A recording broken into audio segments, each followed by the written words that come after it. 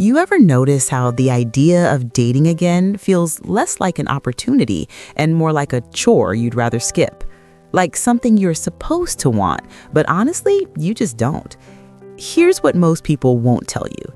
That feeling isn't weakness, it's not bitterness, and it's not you giving up on life. It's actually a sign you've learned something most men spend their whole lives missing. You've learned what costs too much, not in money, in energy, in peace, in the life you finally built for yourself.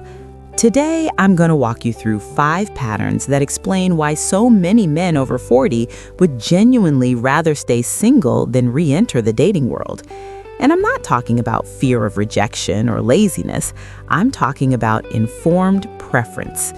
By the end of this, you're going to see yourself more clearly. You're going to feel less alone in this, and you might even stop second-guessing a choice that's actually serving you. Before we go further, let me ask you something simple. If what I just said resonates with where you are right now, just comment yes. If it doesn't, comment no. I read every single comment.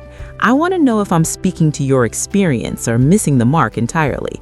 And if you're finding value in this kind of content, consider subscribing. This channel exists to have real conversations about life after 40. No hype, no selling, just truth. Hit the bell if you want more like this. All right, let's get into it. The first reason older men step back from dating is simple. You've finally figured out what you actually need to feel stable, and dating threatens that stability in ways it didn't when you were younger. Pew Research has consistently found that as men age, their priorities shift from novelty and excitement to emotional predictability and routine. That's not boring, that's maturity. When you were 30, disruption felt exciting. A last-minute road trip, a spontaneous relationship, a complete change of plans because someone new walked into your life. But now you know what it takes to keep your mental health intact.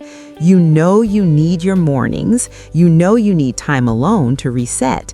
You know you can't function well when your schedule is constantly being rearranged by someone else's needs. And dating, especially early dating, is chaos. It's texting at odd hours. It's rearranging your week because she's free Tuesday instead of Thursday. It's emotional labo you didn't sign up for with someone you're not even sure you like yet. You're not afraid of connection. You're protecting something you worked hard to build. And that's completely reasonable. This is more common than you think. I see this pattern everywhere. In the comments on this channel, in Reddit threads where men over 50 talk honestly about why they stopped trying.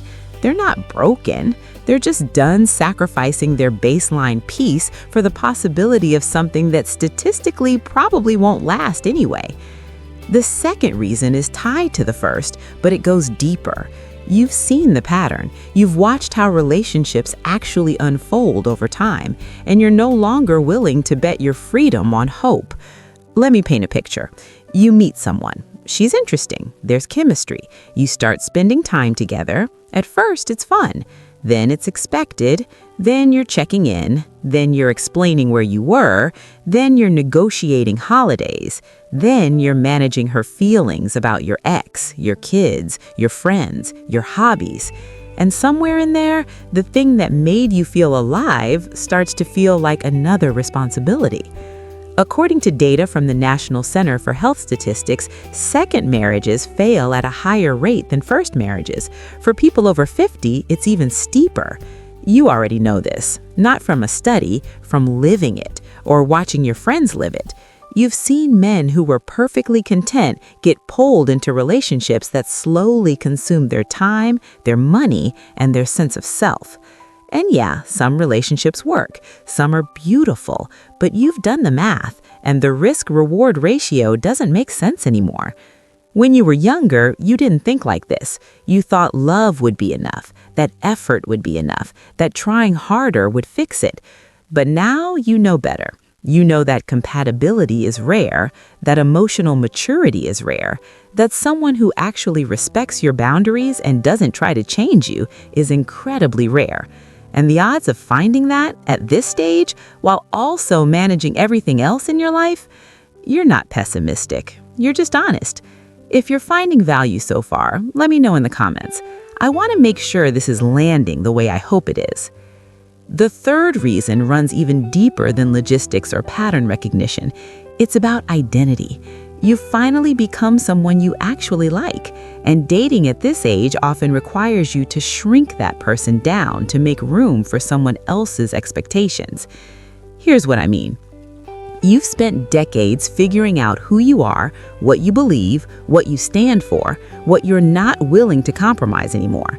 Maybe you've been through a divorce. Maybe you've raised kids. Maybe you've survived loss, career changes, health scares. You're not the same man you were at 30, and that's a good thing. You've earned your preferences. You've earned your boundaries. You've earned the right to say no to things that don't serve you. But when you start dating, especially in your 50s or 60s, there's this unspoken pressure to be flexible, to be easygoing, to prove you're not set in your ways. And listen, I get it. Nobody wants to date someone who's rigid or closed off, but there's a difference between being open and erasing yourself to fit someone else's vision of what a partner should be. A study published by the American Psychological Association found that older adults report higher life satisfaction when they have autonomy over their daily routines and social connections. In other words, control over your own life makes you happier, and dating, particularly in the early stages, asks you to give up some of that control. You start filtering what you say, you start wondering if your hobbies are interesting enough, you start second-guessing whether your life, exactly as it is enough. And for a lot of men, the answer is clear. It is enough. You don't need someone to validate your choices. You don't need someone to complete you. You're already complete. And the idea of going back to performing, auditioning, trying to be chosen, it feels like a step backward. This isn't about arrogance. It's about self-respect. You're not rejecting connection. You're rejecting the version of connection that requires you to become less than you are. The fourth reason is one nobody really talks about openly, but it's massive. The dating market has fundamentally changed, and not in your favor. I'm not saying that to depress you. I'm saying it because it's true, and pretending it isn't helps no one. The reality is, dating apps dominate the landscape now, and dating apps are built on a specific logic.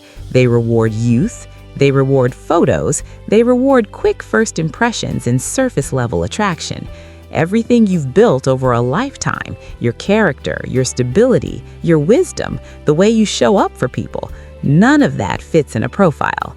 Research from dating platforms consistently shows that men over 50 receive significantly fewer matches than younger men, regardless of income, education, or relationship intent. It's not because you're less valuable. It's because the system isn't designed to showcase what makes you valuable. And beyond the apps, the culture itself has shifted. There's less patience, less willingness to let things develop slowly. Everything is faster, more transactional, more gamified.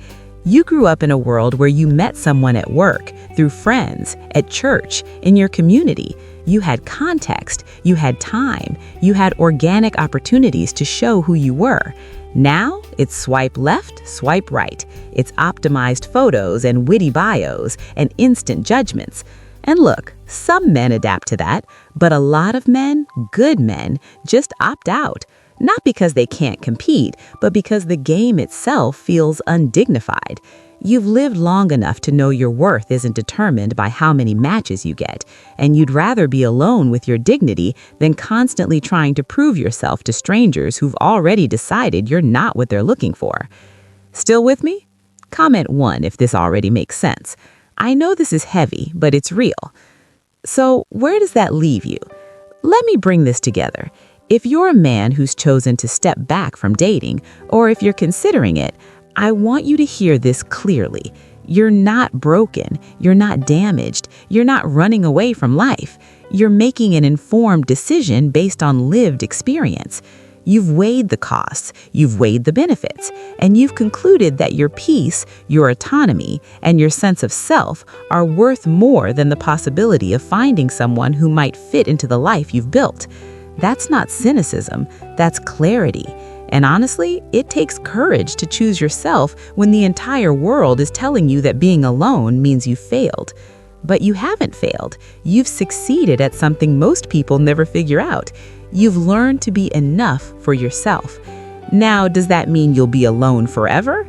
Not necessarily. Maybe you'll meet someone organically. Maybe you'll find connection in friendship, in community, in pursuits that matter to you. Maybe you'll change your mind in a year or two. Or maybe you won't. And that's okay too. The point is, you get to decide, not societal pressure, not family expectations, not some outdated idea of what a man's life is supposed to look like. You get to decide. And whatever you decide, as long as it's honest and it serves your well-being, it's the right choice. Before we close, I want to ask you something personal. What's one thing you've learned about yourself with age? It doesn't have to be about dating. It could be anything. I'd genuinely like to hear. Drop it in the comments. Thank you for being here. Thank you for listening. Thank you for trusting me with your time. If this resonated, share it with someone who might need to hear it. And if you haven't already, subscribe. This is the kind of conversation we're going to keep having. Real, grounded, honest. I'll see you in the next one.